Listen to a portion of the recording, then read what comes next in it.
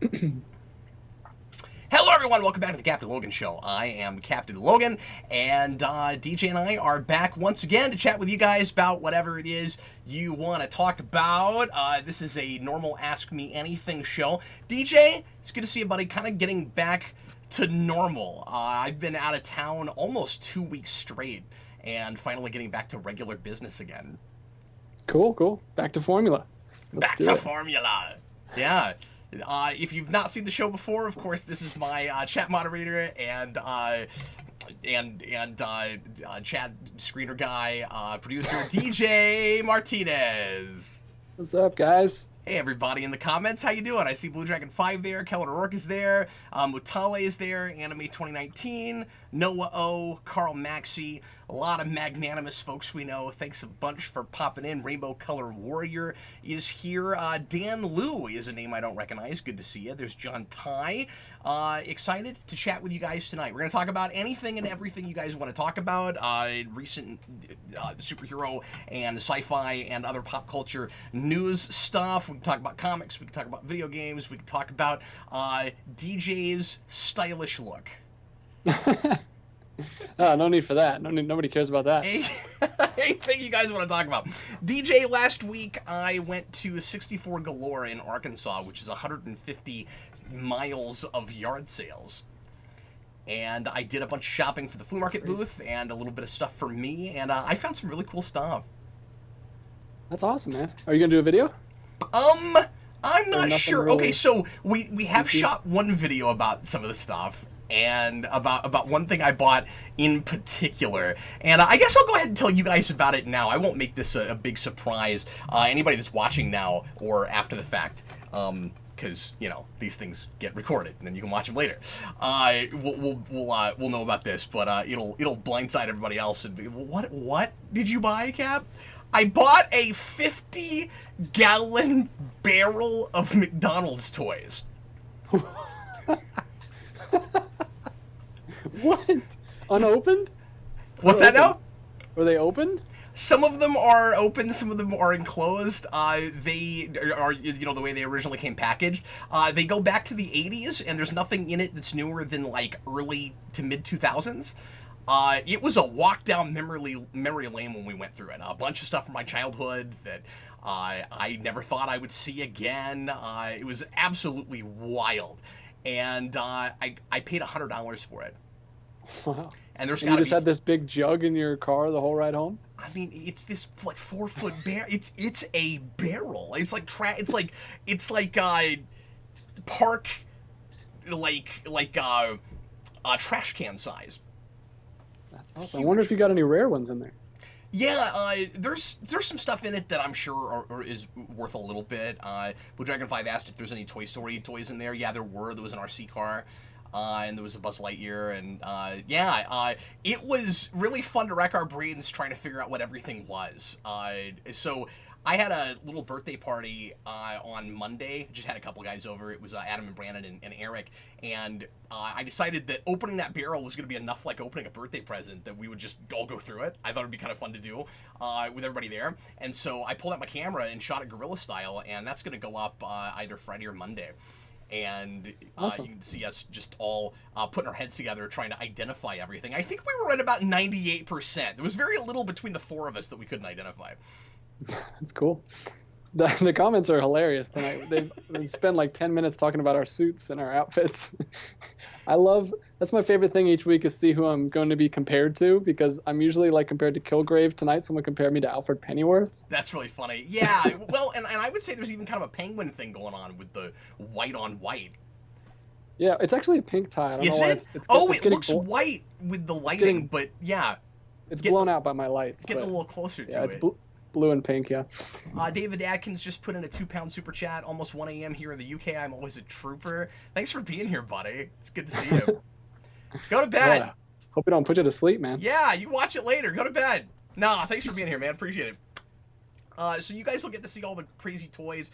I wouldn't watch that on a real big screen. It's probably real bouncy.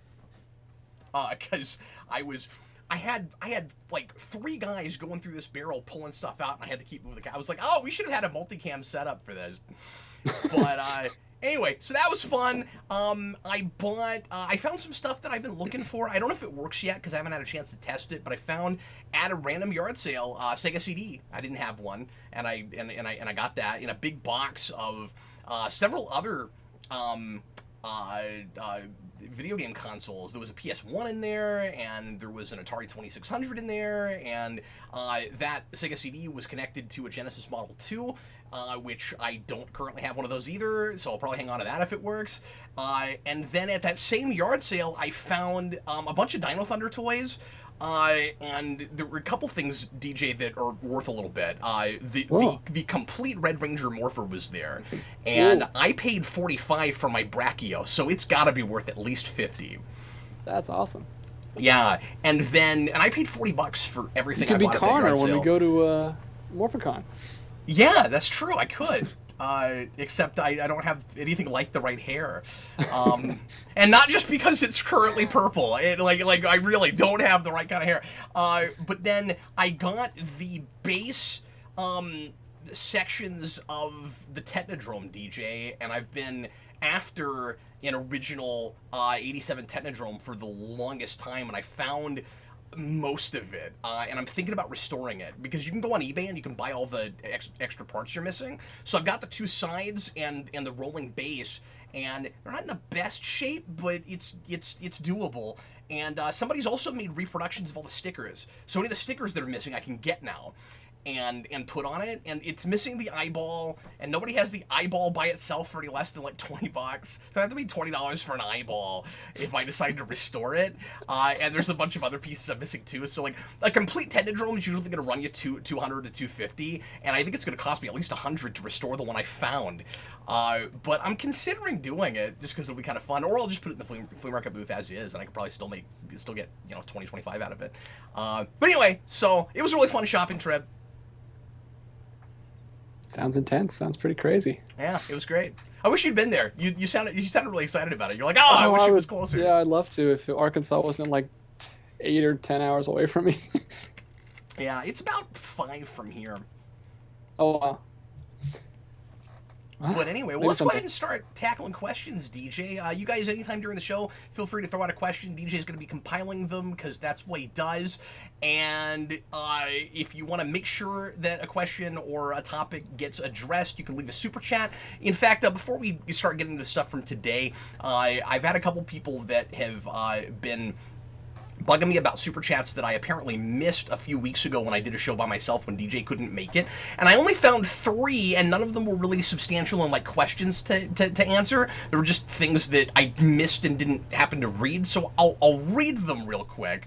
There's not really anything to any of them, but of course I want to address super chats when people are cool enough to do that. And I was working solo, and it's easier to miss them when you're by yourself, which is the whole reason that I use a chat moderator. And anyway, so there was one that's a name that I don't like to read on air because it's crass and gross. But somebody left us a $1.99 super chat and just said, "That's a duck, man. That's a duck." From Howard the Duck. And then Back Studios left a $1.99 super chat and asked which came first, the chicken or the egg, which is naturally, of course, a depends question. And Creamy Spacey left a $1.99 super chat and asked jokingly if Disney would ever remake Song of the South, which of course is never going to happen. So anyway, those are the ones I found. If anybody finds any more from that show or another show, please leave me a private message on Facebook or other good ways to get a hold of me right now. Facebook's about the easiest way. Or if you're a patron, you can send me a Patreon question or a Patreon message, and I'll get it that way. And I'll make sure and address anything that I've missed. But those are the only ones that I noticed. But I just wanted to make sure that they got mentioned. Anyway, so there we go. DJ, let's move on now to tonight's questions. Right. Let's start with pre-written and then get to the couple of super chats we have already. Oh, I forgot to mention. You can see it on your screen, but I forgot to mention we have a $75 goal tonight. Somebody, I opened up. Let me go find the person's name and make sure that I credit this person. But I opened up to the audience today and asked for ideas for cool goals, stuff you guys want to see on the channel, and somebody suggested that I do a top 10 most dreaded superhero rewinds video. So, superhero rewinds, and by the way, I'm hip deep in the middle of Ant-Man. That should come out soon. In case you're like, hey Cap, why are you making videos about Rewind when you're not making Rewind? I'm working on one, okay? It's gonna come out soon. But I thought that was a real fun idea. Did you happen to find it before I did? Christian Ogden, yeah. Thank you very much. Appreciate it, buddy. He is on top of things. Sorry. Didn't mean to interrupt, but... No, I'm really glad you did, because it was taking me forever to get there.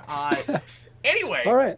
So, yeah, so that is tonight's goal. If we hit $75 sometime in the next couple of weeks, I will do an off-the-cuff video about rewinds that I am least looking forward to doing, besides BVS. That was what Christian Ogden asked for. Besides BVS, what other rewinds are you like, oh, God, I gotta watch that movie? So that might be kind of fun. Yeah. All right, cool.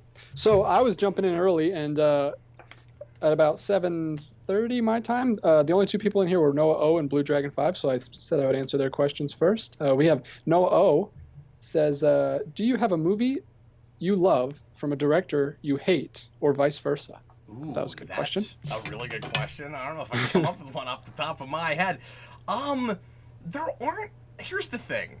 That is easier to do with actors, right? Like, I can't think of a lot of directors that I just outright really dislike, and then I'm like, oh, okay, well, they made an okay movie. Like, it's gone the other way, where there's been a director that other people complained about that I thought was okay, and then they made bad movies, and then I was like, okay, now I see what you're talking about. Like Snyder, Snyder had that, where it's like, well, he could adapt okay when he made Watchmen, but then you put him on something original, and he watches totally out to lunch. But I'm trying to think of anything that goes the other way, where it's like, I've never liked this director's work, but finally they put out a thing. Like, I've mentioned this before, like, when Star Trek Beyond came out, I was really concerned about the guy who was directing the Fast and the Furious movies doing a Star Trek movie.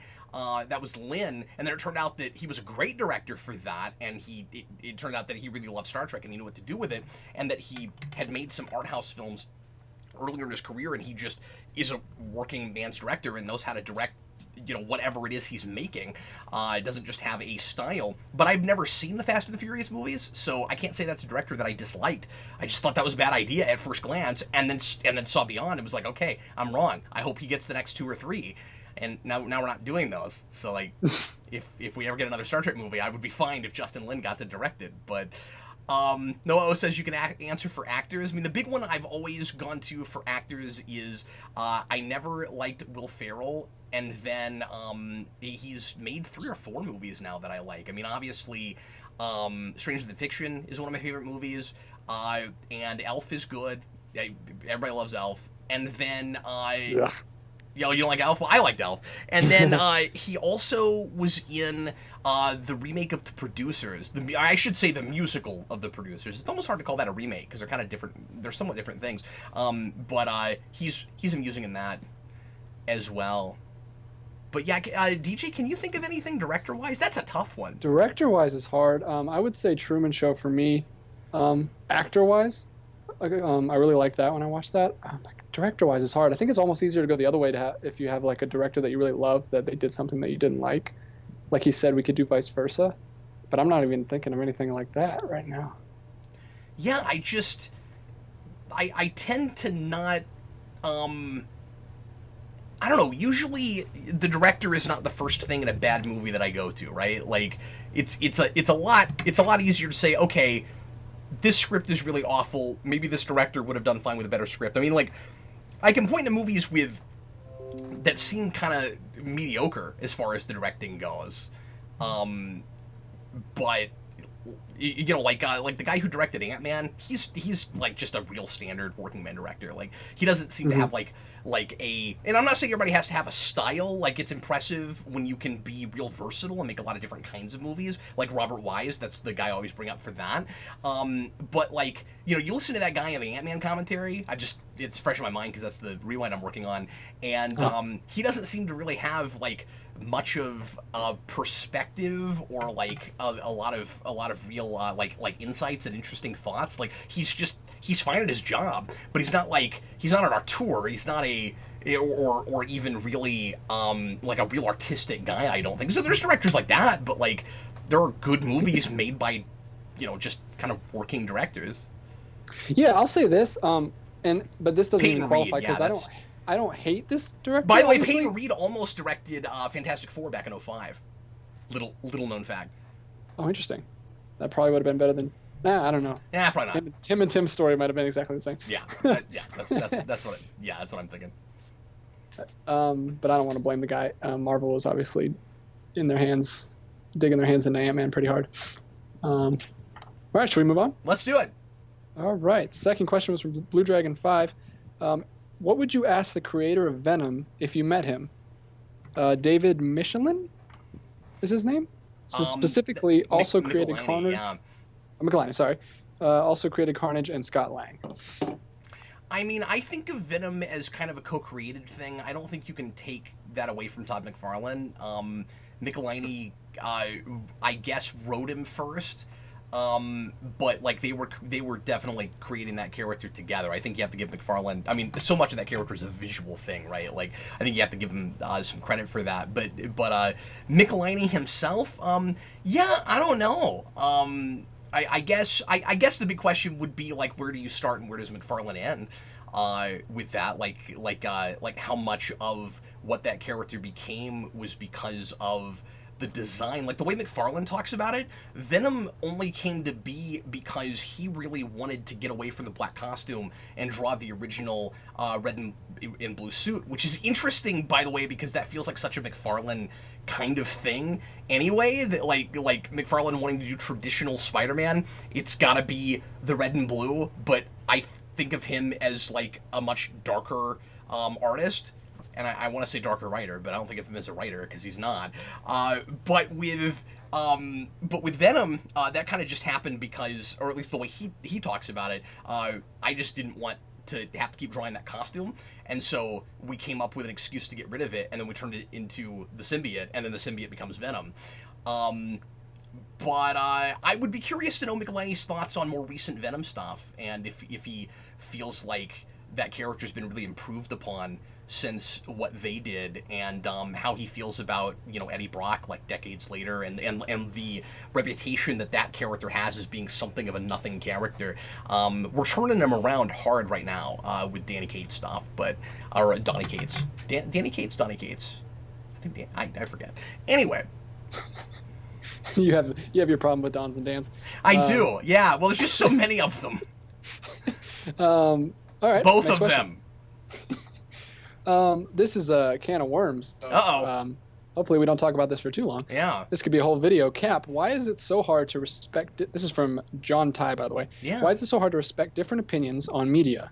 Movies, books, TV shows, etc. from your own on the internet? So the easy answer is anonymity. And yeah, a lot of us use our real names online, but anonymity is still there to some degree. Or maybe that's not quite the right word to use, but it's easier to pick fights with people and not be afraid of retaliation when you're not standing right in front of them. They can't punch you in the face, or they can't as easily tarnish your reputation. And like, I think there's a lot of people that would be scared to death to say some of the things to a person in the same room that they're not at all afraid to say on the internet. I think people tend to have kind of different personas. They put on different masks, as it were, when they're on the internet. And I think sometimes people like to lash out because they wish they could do that in real life and they can't. And I'm also not saying that like you're a coward for not lashing out in real life. You should like be, decent to people and not do that. But I think people are so afraid, and I think these days, this is kind of sad, but I think these days we are more afraid to have friendly arguments in person, and sometimes online, but especially in person, than we ever have been. And I think that people go to the internet in order to have those arguments, and I think that they get more heated and angry and freak out about stuff because they don't see any immediate consequences to that, any immediate retaliation. That's the first thing. It's more complicated than that, but that's the first thing that comes to mind. Yeah, I 100% agree with everything you just said, and I think it's that combined with the fact that, and this might be an unpopular opinion, but I think as a culture we take this media too seriously Yeah. these days. Not it's like people find their identity in this stuff, and that's why it feels like a personal attack when someone else doesn't like it, when it should just be. I mean, it's fine. You can if it's super important to you. I understand if it had like a big impact on your life, like Power Rangers, like impacted a ton of people, and that's great. But like, you should be more than the media you're consuming, in my opinion. I think so too. I don't think we should downplay the importance of what movies and television and narrative in general, art even in general, the importance that has on the culture. But I also think that we take it too far in trying to insist that everything must be the way. What's up? What are you laughing about? Someone just said this is the kind of stuff that makes you want to vote for DJ. And someone also told me that my green Blu-rays have fallen over, so I did see that. Thank you for that. I'll pick that up later. Yeah, those will be straightened up by the next show. I am sure. I'm sorry. But yeah, I think people get it in their head that it's so important, and I'm with you, DJ. I'm worried about getting in trouble for saying certain things with this, but like, I've always said that good storytelling is more important than pushing an agenda or representation. And I get that I get that it was a problem decades ago when certain people just could not even get roles and like would never see themselves represented in movies. It's a big deal if you're of a particular minority and you've never somebody that looks like you finally gets to star in a movie. That's a big deal, but it's not the be-all end-all for a piece. It doesn't make a piece good because we have diversity or because we have a thing represented that isn't represented enough. And I think it's become a problem where we say you can't rail against or you can't complain at all against a thing that has the right message or has diversity or is representing people that haven't been represented before. We have to put on like blinders for storytelling and say, no, it's good, it's brilliant because it's saying the right things. I think that's kind of dangerous, and I think that we've gotten to a place where a lot of people on the internet have got. This is where this relates to what we're talking about. A lot of people on the internet have gotten really volatile about this because they either see things that they want to see, and people complain about something else not even related to that, and they can't handle that because they need everyone to love the thing that's saying the things that they want to be said, that's like representing their point of view. Or the other way, where a thing isn't saying exactly what they want it to say, and so now it's bad and everybody has to agree with me. I think people have always been afraid of people not agreeing with them to some degree, but it's really, really easy to flaunt that, make a big deal out of that, and lose your mind about that on the internet. Because again, there aren't immediate consequences in your real life for doing that. And then things are just so overly politicized now, and we're so completely like divided as a culture now that we can't. It feels a lot of the time like we can't agree on anything, right? And so you end up with people on both sides of any coin. And very often there's not just two sides to a thing, but for the sake of the argument, on both sides of a thing, feeling like morally, like objectively, this thing must be saying this or it's bad, and we can't all agree on what that is. And I think very often those aren't actually moral arguments at all. And so, like, I don't know, that's a lot of it, but it's complicated. Yeah, seems like everybody wants to join groups these days. Like, I don't understand why a movie has to be the best thing ever or absolute garbage. Like, there's so many layers on the spectrum in between there. Yeah, and it's not sports. It's not a win or lose. If my home team, who I've always followed, And I mean, I have my issues with the way we look at sports too, but like, Yeah, I don't even get the sports. I don't totally either, because like it's a different group of people every few years, and like and you have no relation to them. Just because I live there means I have to support this team. But let's say I've been supporting a team for like a long time, and they've been winning a long time, and now they're suddenly losing. I get still going to the games and rooting for them and hoping they do well.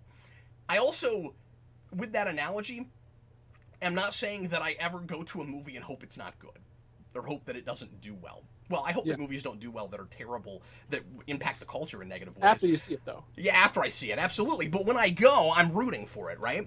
But the difference is, I don't understand this idea that you have to support a movie that you haven't even seen yet, that you don't even know what the quality is of it, and put on rose-tinted glasses and pretend like it's good just to be consistent, or just because, again, it has the right message, or because it's adapting a thing you liked already, where it's like, well, if we don't support the whatever it is, the Star Trek movie, the Batman movie, the Green Lantern movie, whatever it is, if we don't support that, we won't get any more. Okay, but if it's not good, I would want it to go away, and I would want something else to replace it. Like, I don't understand this idea of supporting media over consuming what you want to consume and hoping it's good, and then being critical, being a critical thinker, which is different from being negative. I think that's also really important to say. And just saying when it doesn't work for you, it doesn't work. I don't get this whole supporting media thing baffles me. I've never understood it. Yeah. Like I said, we could talk about that for a whole video. Yes, we could. Absolutely. I'm going to jump to Super Chats real quick, because we got one from Dave Atkins. HT Time Machine reference in Endgame. So is Sebastian Stan an actor in the MCU along with Bucky? LOL. Okay, I'm really confused about all of that. What are we talking about? I don't know what he means. I'm guessing Sebastian Stan did a movie with a time machine? Okay. Hot Tub Time Machine. Oh, was he in Hot Tub Time Machine? I don't know. I haven't seen it. I have, seen it, right? But I don't remember him in it. I don't know what he's talking about. I don't think but just because that's a time travel movie and it references Hot Tub Time Machine, which is also a time travel movie, like it's weirder to me when you have like fictional characters that are in the same universe as the thing you're watching that seem to be referenced as fictional characters. That's weirder. When you have this actor is portraying a character, but that actor also still exists in that world. Like actual movie stars, yeah, they probably do. I think it's okay. No, you're right. Like, as I'm thinking about it, I guess that does get kind of weird if you have okay. So, the Marvel Universe, the MCU, is supposed to be sort of like our world, but it's got superheroes in it. Except, there are a lot of actors that are in those movies that are only famous because of the MCU. So, would they be famous in that world? What are they doing? Yeah. Yeah, what is Chris Hemsworth doing? Yeah, I don't know. I guess he showed up in 09 Star Trek and then he never got work again. Yeah, he's doing indie Rush movies. Racing movie and a couple things here and there. I don't know. Yeah, that's always weird when they reference. No, Jester Bell, that's a good point. That's a good point. All right. Mr. Yeah, I hadn't thought of that. That's a good point. I'm not going to. I'll go back. Mr. Roboto, DJ, can you and another review Pennyworth on Epics? You want me to review? I'm not a reviewer, man. I'm a humble moderator. Or is he just saying DJ so you'll read it? Because a lot of people do that. They'll just write well, DJ. No, this is a super chat. Okay, maybe it was just a matter of habit, you know. But yeah, I actually am gonna review that. At least the first couple of episodes. But it's not going to be until next month. Dan's News and I are about to start a monthly program. I haven't even announced this yet. Starting next month, we're going to be doing a monthly program about Batman. And it'll have a number of segments in it. And it will be a live show. And the first thing we're going to review on that show will be the first couple episodes of Pennyworth. Oh, awesome. You heard it here first, folks! Sneak peek. Yeah. And I might be, if Cap's okay with it, I might post a little tease of that. in the SSSS this week, if he's okay with that. Yeah, but if DJ really wants to watch it and talk about it with us, he's totally welcome. That guy really wants you to be on that show, DJ. You might consider it. Yeah, the guy who doesn't like Batman's gonna watch the Pennyworth. You're gonna watch the Alfred show. You gotta do it. I don't know. It could be fun. Noah O wants to know if Bat Chat's going to come back. No, unfortunately, it's not. We've streamlined the channel. We're not going to be doing episode-to-episode content like that anymore. So we'll keep doing some spoiler casts. We'll keep doing how we felt about it. There'll be like overviews of things. But I'm not going to be doing any episode-to-episode stuff except for occasionally pilots, maybe, depending on what they are. And so Bat Chat's not going to keep happening. And Treknado isn't either. Not that we've done that in a long time, but not going to continue with like episode-to-episode stuff, but that's being replaced by this new Batman show, which will be like a monthly kind of podcast format thing, and we'll review something each month on that, and I'm kicking around a Star Trek thing also, so stay tuned for that. Cool. Rainbow Color Warrior calls it Beware the Butler. Beware the Butler. Jester Bell, how we felt about Batman Hush? That's going to happen later this week. John Early, Counting Crypt the Freaks is gone, right? Not necessarily. I have plans for it, but I need to get stuff out for it before I officially say we're still doing it, because I haven't started working on it again. But yeah, I have plans for it. It won't be in the same format. It'll be a different thing. Cool. Yes. Yeah, David, we are going to finish the Star Trek movie commentaries. So, I mean, I guess that's sort of like episode to episode, but, like, they come out, every so often, and, like Eric and I are going to still do Ultimate Spider-Man. Like, we'll have series that we're working through occasionally, but not on, like, a weekly or even a twice-a-month basis. All right, back to the pre-selected back to action. So, what, you got your Dino Thunder? Ha! Cinematographic. Ha! Cinematographic asks, Captain Logan and DJ, a little strange, but I thought I'd ask, why do you think Scott Summers is the least popular / most hated Marvel character? I don't know if that's true. I think it depends on who you talk to, right? Like, there's a pocket of people that really dislike Cyclops.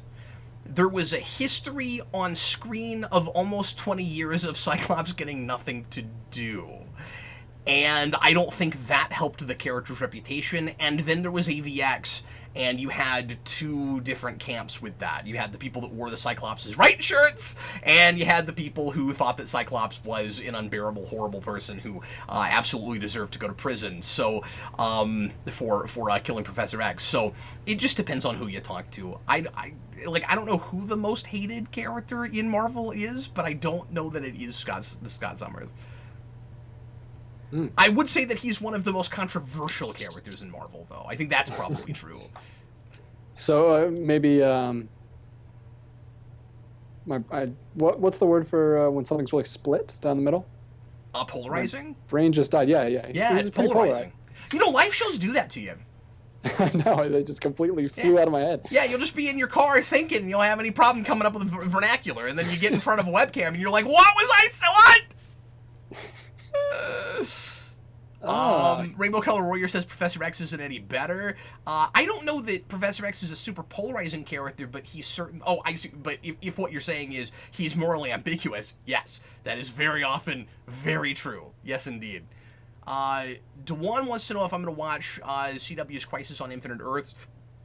I do plan on doing that. It's going to cross too much stuff over. I'm not going to be able to help myself. It'll probably be really fun and terrible all simultaneously. But I will definitely be reviewing that. Okay, go ahead. All right. We have a question here from 5590ERS. Do you have any plans to do a top 10 episode video for X-Men the Animated Series? Stay on the X-Men theme. Yeah, eventually I definitely want to do that, or some kind of a series overview on it.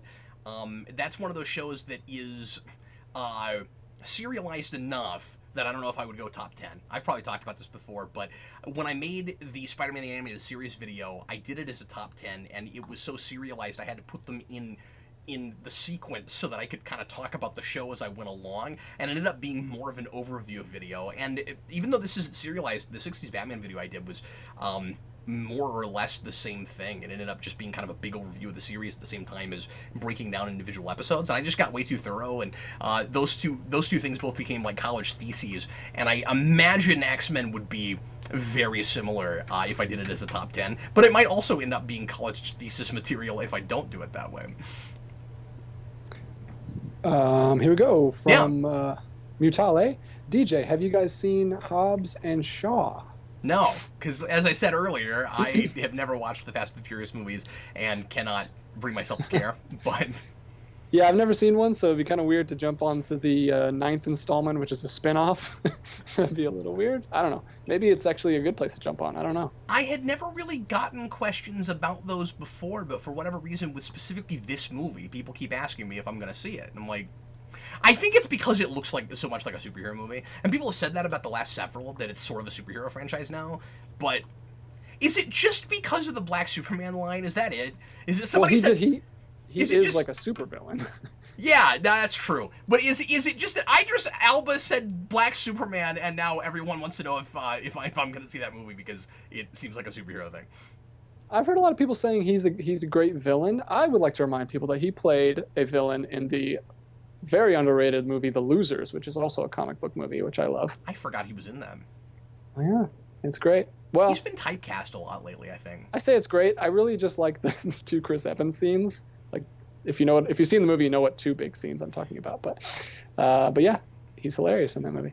Well, yeah, and Blue Dragon 5, apparently that line was supposed to be Black James Bond, and they changed it because I think because Idris Elba is an actor that people have wanted for Bond for a long time, and so I think maybe they were worried that people would get overly excited and think that was going to happen, but also because of all the controversy surrounding like, is this female Black 007 going to become like going to replace James Bond? Maybe they're trying to separate themselves from that. I don't know. Let me weigh in on that for a minute because nobody's asked me about it. So probably nobody cares about my opinion, but I'm gonna weigh in on it. It's my show, and I still have 20 minutes left, so I'm gonna weigh in on this. I think we need to all relax about the female 007 thing and see the movie and find out where they're going with it. Because if she's a great character and they spin her off, and she has her own franchise, that's great. There's nothing wrong with that. If she is replacing James Bond and they're just not gonna make James Bond movies, that would be disappointing, and I wouldn't like that, but at least it wouldn't be like changing the character's name and making a reboot where it's like Jane Bond or something. Like, at least we're not doing that.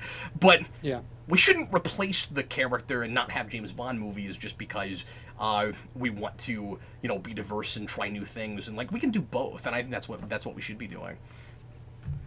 That's what I think.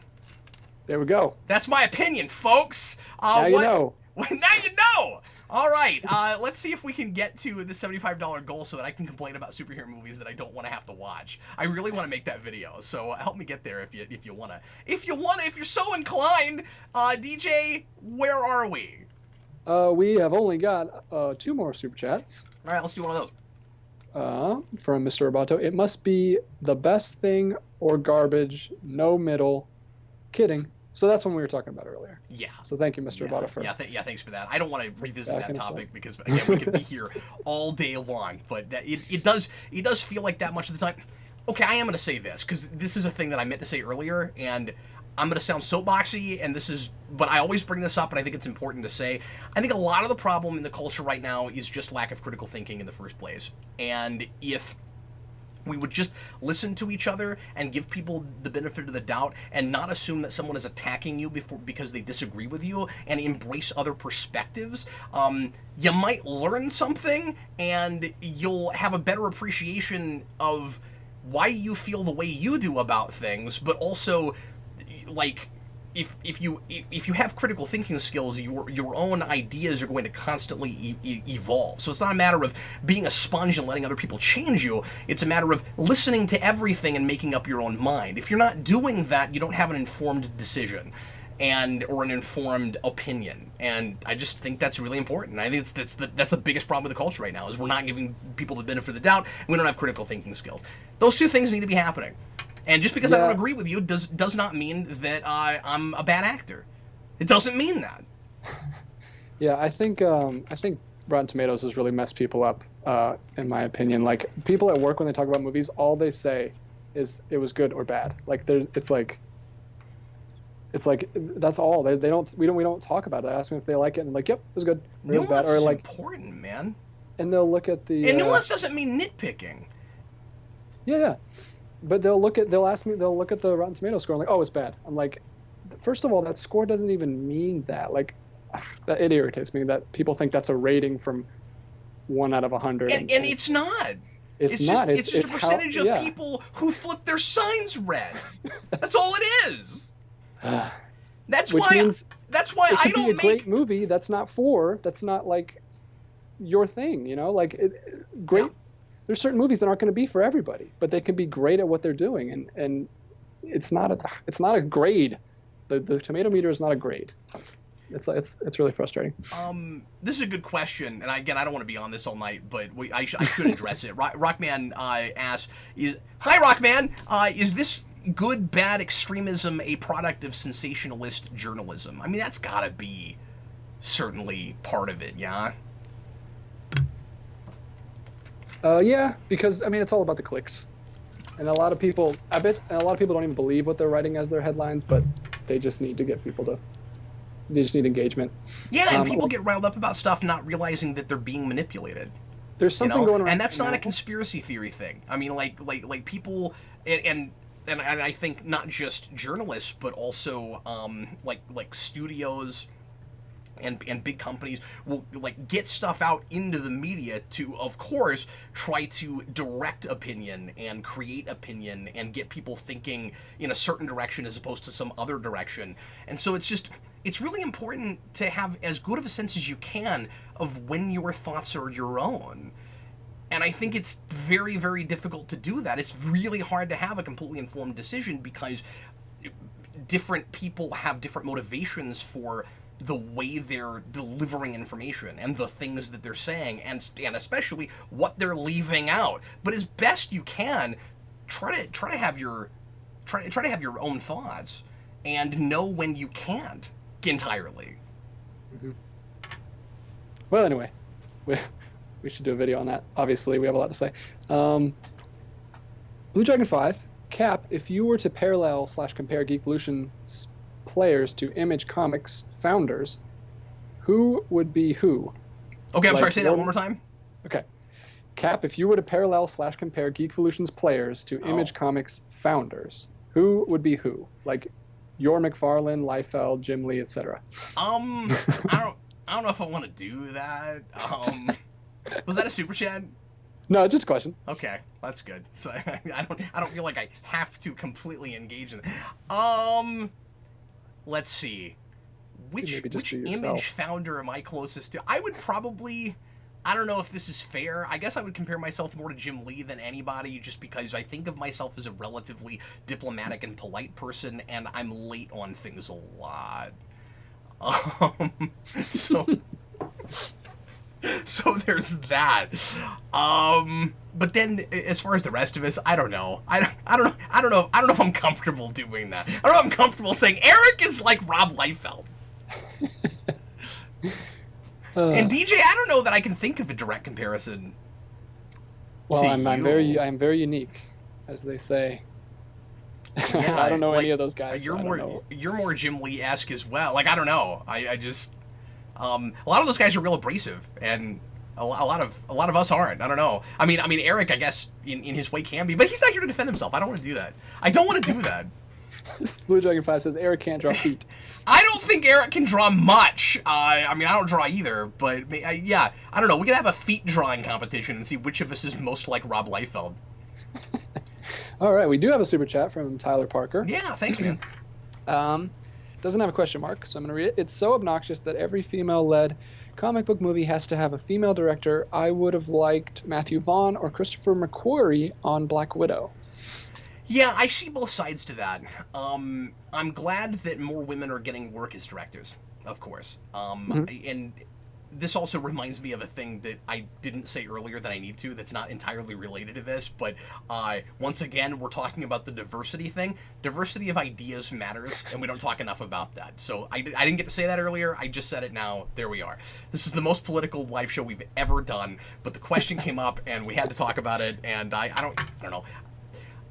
I don't even think of this as especially political. Like, it's the culture right now, and it's our opinions on the culture. I don't know. Anyway, but regarding what were we talking about? Female directors and So I don't want there to be a hard and fast rule where you have to look and sound and be exactly like whatever character you're writing or bringing to screen. That's a problem. We've had a lot of great male writers who have written women and the other way around, right? Just because you're Gail Simone doesn't mean you should only be able to write female characters, and she hasn't. She had a run on Deadpool. It was apparently great. I never read it.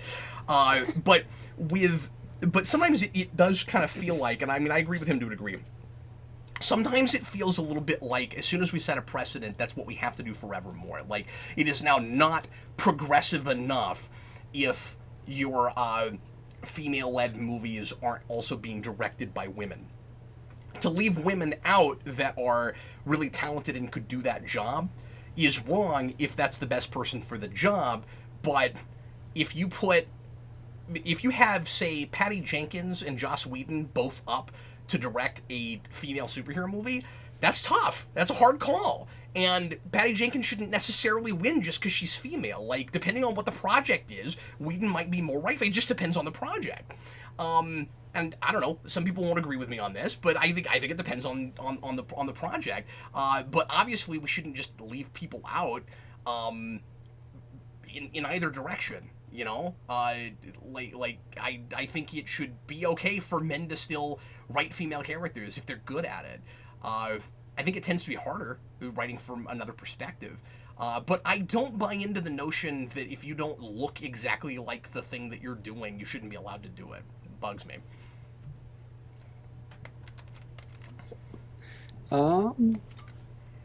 John Early, we don't have any more super chats. John, and we're running out of questions too, guys. So we do. Tyler Parker put in a $2 super chat. Where's that Umbrella Academy overview? Oh yeah, I got that one. Yeah, we just haven't gotten to it. Sorry about that. We can go ahead and talk about that then, since you already dropped it. We just haven't gotten to it. I mean, that's all I have to say. I've been out of town for 2 weeks. Yeah. We do. I mean, thanks for reminding us. We do need to talk about that. But okay. So are you? Wait for season 2. Yeah. Dwan also has a $1.99 super chat, but I don't know if you got that. Dwan. Yeah. Darkseid or Thanos? Yeah. You just said we were out and we're not out. Sorry, I don't know how that one got past me. So yeah, the Dark Side of Thanos. Also watch their death. So he's asking us which one we prefer, and then he's telling us to watch their death battle. Always Thanos for me. Yeah. I'm such an Infinity Gauntlet fan. And you haven't seen that one? I'm assuming that's an animated one. Otherwise, that would be really expensive. Well, I don't know. I guess I guess I'd have to look. Like I said last week, I'm not the biggest fan of those kinds of videos, but if the production values are cool, it might be worth taking a look at it just to see how they managed it. Mm-hmm. We just got another $5 super chat from Miles Smith. Thanks, Miles. Hi, I don't recognize your name. Thanks for being here. Yeah, he says, who has the better cosmic stories, Marvel or DC? Kind of going along with the last one. Yeah. After reading Guardians of the Galaxy and War of Kings, I'm finding Marvel's cosmic side criminally underrated. It's interesting you say that. I think it just depends on... I mean, I'm a broken record, but, I think it depends on what camp you're talking to. I think a lot of people think of Marvel's cosmic as richer than DC's cosmic, but you got to remember that a lot of the initial architects are the same. So, when you go back to New Gods, but then you also look at the stuff that was happening at Marvel in the 60s, I mean, Jack Kirby had a lot to do with a lot of it, and then, Starlin was back and forth, so there's richness to be had on both sides. I think for me personally, I tend to prefer Marvel's cosmic. uh, just because I'm such a Silver Surfer Galactus fan. But I don't know, I'm open to both. There's a lot of Cosmic and DC that I've read that I like as well. There was a time where I called myself not a Cosmic person, and I don't think that's true anymore. Miles, don't feel the need to do a super chat for this, but tell me what you thought of War of Kings, because I didn't read that. I read, and also, did you read Guardians because of my review, or did you just also happen to be reading that? Because that's interesting that came up because I just reviewed that. I didn't read the War of the Kings stuff outside of Guardians, and I was a little lost on some of the way that impacted that because I wasn't reading that. So I'd love to know if it's worth looking at and if you liked it. That Guardians run is tiring, but I enjoyed it immensely. All right. We have got a couple more pre-writtens. John Early, quick one, asks, do you like The Shawshank Redemption, or have you seen it, DJ? I have not seen it, and I honestly don't know what it's about. I always get it confused with Schindler's List. And I don't think those both. Are they both about things? Right? Okay. I don't know. I've never watched that either. They get flipped in my head all the time. Yeah, I don't have. I'm uncultured swine, to be perfectly honest with you. What else do you have, sir? From the Nino, any chance Batman Rebirth stories will make it into Matt Reeves' movie? Yeah, I guess. I mean, I think some recent stuff could certainly impact that movie. Yeah, I think it's possible. Cool. We just got a Bag Studios super chat. Thanks, Bag. Always nice to see you, Bag. Favorite version of Scrooge, and how would you update it? My favorite version is Patrick Stewart, because I love Patrick Stewart. And of course, it's a low budget TV movie. It's got some silly things in it, but I like it. It's my favorite. How would you update it? Scrooge 2099. Mm-hmm. I would take A Christmas Carol and I would put it in the far-flung future, and I would make it about a society that doesn't have Christmas anymore, and I would like invert it. You know, where Scrooge, well, not even invert it, but like nobody cares about Christmas. And these ghosts come to Scrooge to tell him why Christmas is important, and then he like brings back Christmas at the end. That's, yeah. Oh, look at that. Yeah, and I would say George C. Scott is also a really good one. Kellen O'Rourke. That was the one I always watched before the Patrick Stewart version came out. Anime 2019, Patrick Stewart did it in 99, 2000, somewhere around there. Anyway, I'm sorry. I was just gonna say, give the Jim Carrey version a watch, because I really like it, and a lot of people like hated it without even watching it. I watched half of it and turned it off. I couldn't do it. Oh, I didn't really? like the animation. Oh, okay. I think it looks great. I thought it was that's awful. Personal taste. Yeah, you're wrong. It's bad. But yeah, and I don't even like Jim Carrey, but he did a really good job with the mocap in that movie, and I don't know. I had just read the book right before I rewatched it, and like most of the dialogue's taken right off the page. It's a really good faithful adaptation. But anyway, we can disagree about that later. I'm just messing with you, dude. I just didn't care for the animation, so I never finished it. Is that Back Studios again? Look at that. It is. Thanks, buddy. And I did see yours, Mommy R170. I'm not skipping it. Sorry. But Bag says, what would the scarecrow toxin show each of you? Oh, that's a great question. That is a really good question. What are you scared of, Cap? What's your greatest fear? Not finishing Superhero Rewind? Yeah, that's in there. Also, like... Snakes. Dan Slott running Marvel. I think maybe I would see that. I would see like him just only. That's not fair. I'm being mean to Dan Slott. Somebody compared Eric to Dan Slott earlier. So. Really? Yeah, when we were talking about writers. I mean, it's Spawn year, right? Spawn year. Like again, it's just more Spawn year. Yeah. Naturally. Do you have anything that's just like a physical thing that you're scared of? Yeah, I'm an arachnophobe.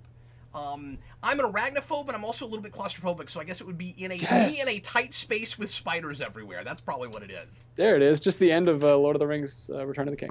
Anime 2019 says Cap's afraid of Batman and Harley Quinn getting a sequel. Yeah, that That'd go lower on the list than being in a boo box filled with spiders, but we're so lame that like watching a movie is going to be our greatest fear. Like that's the lamest fear toxin. I'm just trying to entertain the audience that wants us to talk about geeky stuff, man.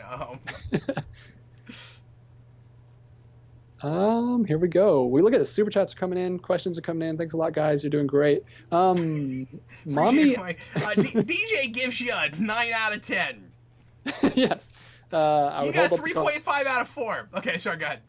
From a viewer I'm not familiar with, Mommy, is that Mom your 170? No, Mom Your's he been just with us says for a long time. He just says stop throwing paper. I don't know what he's talking about. I don't either, but look, it's my show, man.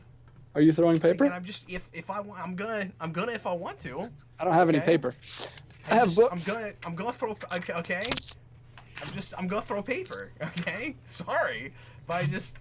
Oh, I'm sorry. Did you say stop throwing paper? I thought you said start throwing paper. I'm sorry. All right. Oh, here's a good one, especially for us, Morphin Mania survivors. Wooly says, Captain DJ, did you hear about Austin St. John returning for Beast Morpher Season 2? I did. I don't know what that means, though. Is that one episode, or is he going to be like a regular? I don't know. I just saw like a video on YouTube that he was coming back. That's all I saw, too. He also says, have you guys played the Battle for the Grid video game? Lord Zed just came out. Yes, we just talked about that the other day. Yeah, I'm excited that Zed's there, of course. I mean, I was sure he would be one of the DLC characters eventually. I haven't played it in a couple months. I like what I played of it. It was way deeper than I expected. I meant to review it. I never got around to it. Yeah. DJ, there's just not enough there. Like, the mechanics are fine. Like, I think there's enough. It's very pick up and play. It's very, like button mashing works okay, but, like, knowing what you're doing is better. Like, it's deep enough, but there's just not enough characters, even with the DLC. When you're doing a game that's... and I get that, like, it's a budget game and that they don't have a huge budget, but, like, when you're doing a game that's about a 25-year-old franchise and you're pulling characters from all of it or from potentially anything in the franchise, and you start with a roster of 9, that's a problem. Yeah. Right? Like, you start with a roster of 9, and one of them is the Ranger Slayer, and another one of them is the Black Ranger Sentry, and you're pulling that much from comics. Yeah. Oh, and also Draken. So, 1/3 of your starting roster was comic characters. Like, that's cool if you're me, but, like, make a comic game then. Yeah, because I don't know any of those characters, because I haven't read that far. So it's like... That's kind of why I didn't jump on it. If Cap ever gets the online and then I can play with them and we can talk about it on a video or something, I'll buy the game. But I've been holding off because. And I mean, it's cheap. It's only what was it, like a $20 game? Yeah, it's $20. Like, it's not expensive. I don't have anyone to play with, and I don't want to play a fighter by myself. I mean, that's part of why I haven't played it much either. I mean, I can play with my kids, but. Yeah, that's true. Gotta wait till mine gets older. Yeah. That's what they're good for. Yeah, but once he does, it's all you'll do. Like, you'll just play video games all day long. Yeah, we watched Wizard of Oz together last night, and while you were talking about like online courage and being a coward, all I could think of was the cowardly lion. That's hilarious. You kept saying it. Boy, I didn't mean to get that soapboxy. It's just somebody asked the question, and I didn't know how to answer that in less than 20 minutes. Like. Yeah, no, it was. I don't think we stepped on anyone's toes. I think it was pretty great. You're in a safe place. We may. Okay, on that note, let's just move on, okay? Guys, I want to go ahead and end off here in a couple of minutes. How many more super chats do we have left? 2, I believe. Okay, let's knock those out. 2 $5 ones. One from David Atkins. I reckon vampires will have time to bid their numbers during the snap, MCU, since technically it wouldn't affect them as they're already dead, right? That's great. When we get to Blade, it's going to be like, okay, what was the vampire community doing during the blip? Yeah, no, that's hilarious. I think you have a really valid point there. But then the question is, what is Thanos' definition of life? Because I don't even know if it was sentient life or anything alive. There are one or two things, I can't remember what, there one or two things I noticed that suggested that animals also went. Oh, that really? like pets got lost. I can't remember what though. I feel like I saw something where it's like, and a dog was gone. But But that I always don't. makes sense because it's all about, in this version, it's all about resources. It's not about actual souls. Yeah, So but they're that so would make sense. broad about the definition of life. They just say, like all we see disappear are human beings and aliens, and we're not really talking about like did plant life disappear. Like we're not talking. Was it anything alive? We didn't really talk about that. So, uh, if Thanos is being like dictionary definition about it, vampires wouldn't disappear. But if he's talking about people with brains that can make choices for themselves, then vampires would have disappeared. But they wouldn't be eating food, so technically they wouldn't be like using up resources, would they? Unless they drive around in big Hummers. Unless you consider blood a resource. Well, technically they would be removing people from No, the that's problem. true. So they're kind of helpful. They're Maybe kind he of would, helping out Thanos' cause, yeah. Yeah. Except it's all about balance. So if there were too many vampires, it could shift too far the other direction. Wow. This is the kind of questions we get into. It is. It's the best. Yeah, that's my favorite Awesome. question of the entire night. All right. We have another $5 from Stussy. Have you considered doing superhero rewinds for characters since some arcs span more than one movie? It's not a thing I had really thought about until people started bringing it up. That's been a suggestion over the last few weeks, or really since Endgame. I've been getting that, where it's like, could you do a rewind talking about this character's arc through multiple films? And it might be a good idea to break that down, because otherwise I'm likely to spend an entire movie review or too much of a movie review talking about the broad strokes of a character's arc through those movies. So yeah, I mean, it might be a good idea. It might be in order to do a superhero rewind on Captain America in MCU and Iron Man in MCU and, Hulk in MCU. Maybe even do like an Avengers breakdown video where I do it for like the 6 Avengers. But I don't know how, or the original 6, but I don't know how big that video, I mean, that could be an hour and a half video pretty easily.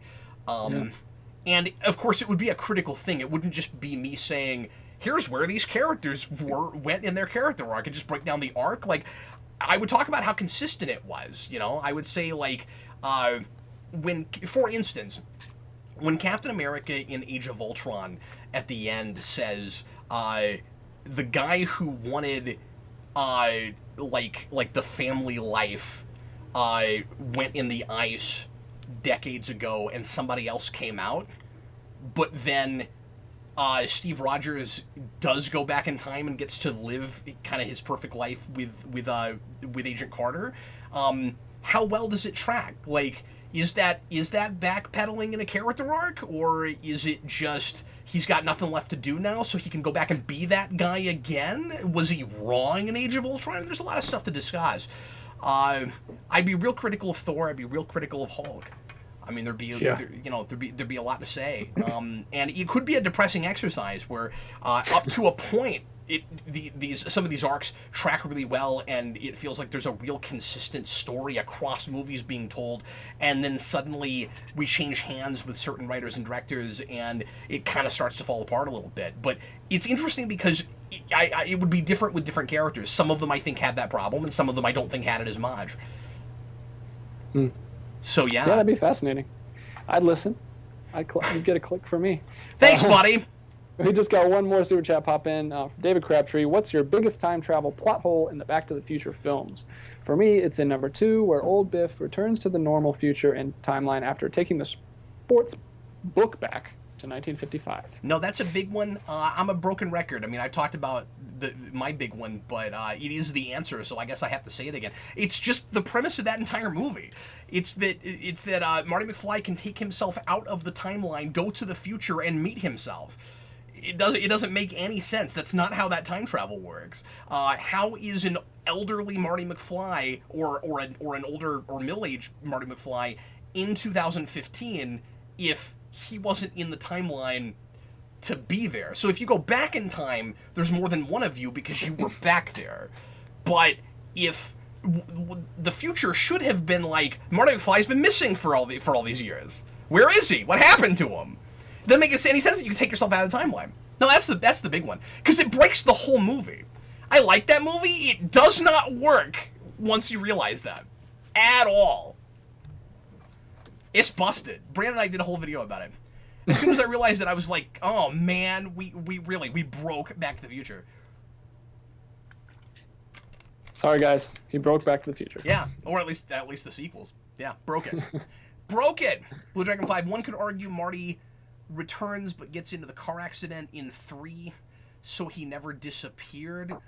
Okay, that's interesting. The problem is we were always paving over old timelines. So you're saying that something that happened in the past that we set up later in the future happened already when we get to that part, but we always played it linear. So by your logic, I think if I'm reading you right, by your logic, when Marty goes back in at the end of Back to the Future to 1955, he should already see more than one of himself because he was there already. That's the problem with that. I have not seen these films, so I'm completely lost. Oh, you need to. But they're important. I have a tally.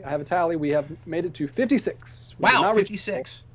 But that is great. So yeah, no, that's so great. We appreciate you guys, whether we make that goal or not. That's fantastic. And honestly, I need to get going. So I guess this will be the first show where we've not made the goal. But I'll bring this one back again, and maybe, and we might attempt it down the road. I hope everybody had a great time this evening. I certainly did. I gotta get going. I got something to do with Eric, so I'm gonna bid. And there's Eric. So I'm gonna bid everybody adieu, and I hope everybody had a good time. And I hope we didn't get too horribly heavy or soapboxy or political on everybody, but that came up, and it's been on my mind, and I didn't know how to not talk about it. So yeah, we'll see you guys. Thanks for watching. DJ, thanks for joining me. I'll see you again next week. Oh, of course. Bye, Always a everybody. pleasure.